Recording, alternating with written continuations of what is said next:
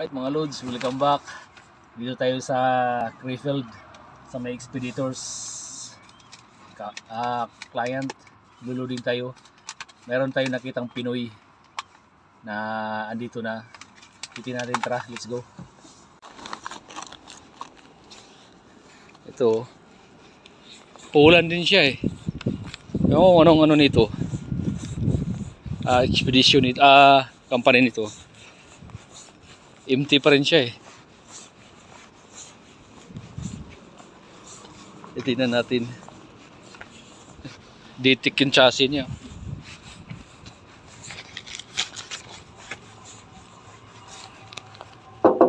Kabayan! Basta, Alvin! Nagkakilala na tayo. Oo nga, nakalimutan. Hello, meron pa ako. Oo. Palit tayo ng navigation. Dito, Oh, ikaw nga yun. dito maganda yung navigation mo. Nasira agad. Nasira din? Oo. Doon tayo sa nakita sa Australian. Sa... Australian sa... Custom. Custom Australian yun. Oo. Oo. Nakalimutan nga. Long hair din ako noon eh. Oo, long hair ka din. Pero hindi ko nalilimutan mukha mo. Oo. Inanap kita sa kasi nag-block yung ano ko. Inanap kita sa Facebook. Parang wala ka ng Facebook. Mayroon di ba? Meron. Oo, sige. Oo. Okay lang ba to? Ano ko? I-upload sa Reels, okay lang? Oo. Alam problema. Salamat, may ibibigay sa atin na ano. Ulam. Plastic na ito, pagka nagsasaing ako, Oo. isang kinamatisang manok, apat na piraso yan, tsaka ito munggo. Ayos Sasapaw ko yan sa sinaing, luto, tsaka ako para hindi Ayan, na ako salamat. masyado nagluluto. Oo.